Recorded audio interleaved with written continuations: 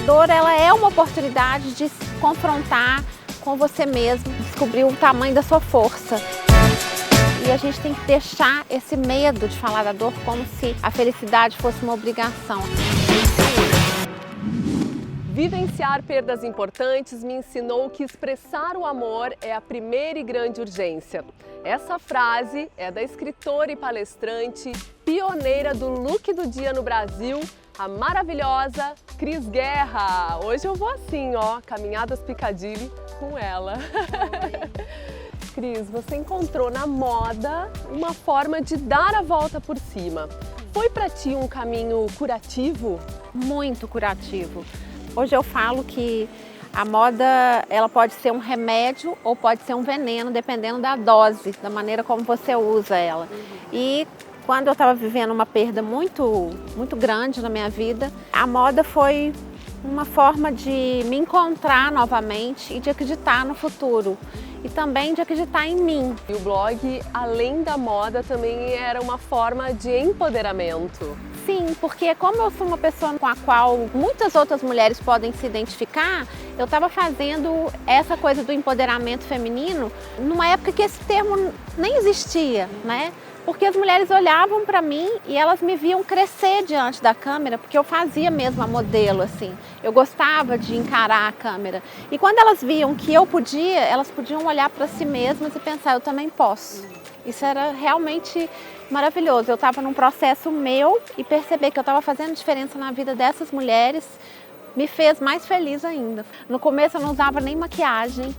E era muitas vezes criticada por isso. As pessoas falavam, mas você não usa maquiagem?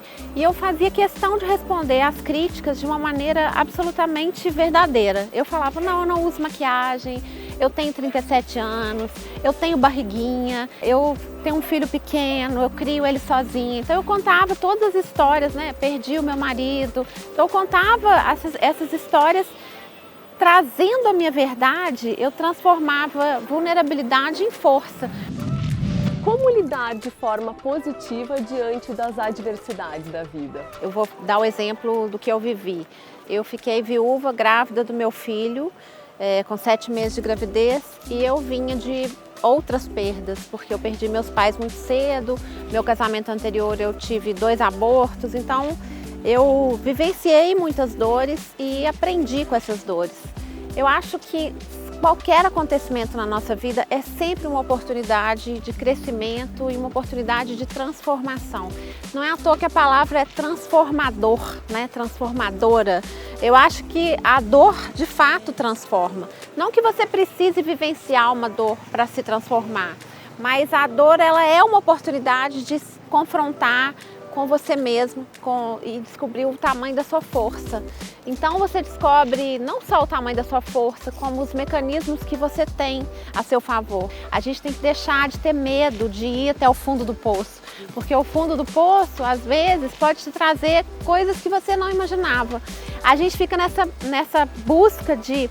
Quando a gente está no fundo do poço, a gente quer sair dele, em vez de conhecer ali, né? E falar, o que tem de interessante aqui nesse lugar? Né? Qual que é o barzinho legal do fundo do poço? Né? E a gente tem que deixar esse medo de falar da dor como se a felicidade fosse uma obrigação. A gente só é capaz de ser feliz se a gente confrontar as nossas dores. E sem dúvida, a morte do pai do Francisco fez uma transformação absurda na minha vida, porque foi a partir dessa dor, junto com a vinda do Francisco, eu ter que dar conta de tudo o que aconteceu comigo, eu ter que dar conta de ser uma pessoa inteira para cuidar de um filho, né? Para separar a alegria da tristeza, porque eu não podia deixar de vivenciar a alegria da vinda dele. Isso me fez perceber quantas mulheres que eu era e eu não conhecia. Cris, e quem caminha com você? Olha, em primeiro lugar, Francisco, meu filho, a Zezé, que está com a gente dentro de casa, que é uma espécie de mãe e avó, assim, meu namorado, meus amigos e os meus seguidores, né? As pessoas que acompanham o meu trabalho, não só nas redes sociais, como os leitores, quem me ouve no rádio, quem lê as minhas crônicas, meus livros. Agora eu queria que você desse aquele recado inspirador para quem está nos assistindo. Bom, eu tenho um aprendizado que eu gosto de passar adiante, que diz respeito ao controle que a gente não tem sobre a vida. E quando a gente entende que nós não temos controle, a gente tira um peso das nossas costas. E aí a gente pode ser do jeito que a gente é e aceitar a nossa vulnerabilidade, aceitar a vida como ela é e ter mais coragem para enfrentar as coisas. Então, o meu recado é: não esqueça o poder de ser de verdade. Cris, obrigada por tudo, obrigada por tanta sensibilidade. Eu que agradeço, foi uma delícia caminhar com você. Picadilly, todas as mulheres que você pode ser. Um grande beijo. Tchau, tchau.